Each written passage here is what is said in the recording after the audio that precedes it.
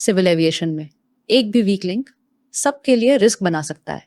एक global safety leader ने कहा था, सभी देशों को इंफॉर्मेशन ओपनली शेयर करनी चाहिए। ट्रांसपेरेंट रिपोर्ट्स, ईमानदार इन्वेस्टिगेशन और public trust safe air travel के में पिलर्स हैं। जून 12, 2025 को अहमदाबाद के पास टेक ऑफ के तुरंत बाद एक एयर इंडिया फ्लाइट क्रैश हो गई। 200 से ज्यादा पैसेंजर्स ऑन बोर्ड थे।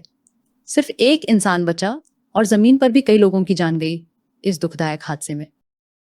इंडिया ग्लोबल रूल्स फॉलो करता है एक्सीडेंट इन्वेस्टिगेशन के लिए और फॉरेन एक्सपर्ट्स को भी इंक्लूड किया गया। डेटा रिकॉर्डर्स कुछ दिनों में मिल गए।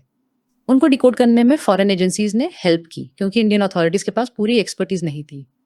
चीफ इन्वेस्टिगेटर को एक्स्ट्रा सिक्योरिटी मिलना इशू की बहुत ज्यादा सीरियसनेस दिखाता है। क्रैश के बाद आई पहली ऑफिशियल रिपोर्ट ने बड़े सवाल खड़े किए। उसने बताया कि टेक ऑफ के थोड़ी देर बाद दोनों इंजन के fuel control switches cut off position में चले गए। एक पायलट ने पूछा, तुमने ये क्यों किया? दूसरे पायलट ने जवाब दिया, मैंने ये बिल्कुल नहीं किया।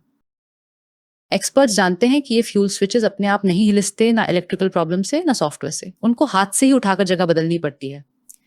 डिटेल्ड वॉइस और डेटा रिकॉर्डिंग्स क्लियरली दिखा सकती हैं किसने क्या मूव किया और उन कुछ सेकंड्स में असल में क्या हुआ। रिपोर्ट्स बताती हैं कि क्रैश के निष्कर्षों पर भारतीय और अमेरिकन जांचकर्ताओं के बीच गंभीर मतभेद हैं। एक सच्ची और पारदर्शी रिपोर्ट का वादा अब मुश्किल लगता है क्योंकि इंटरनेशनल पार्टनर्स राजनीतिक रूप से प्रभावित जानकारी को स्वीकार नहीं करेंगे। भारत का एविएशन रेगुलेटर डीजीसीए अक्सर शक्तिशाली एयरलाइन मालिक उनके दबाव में झुक जाता है।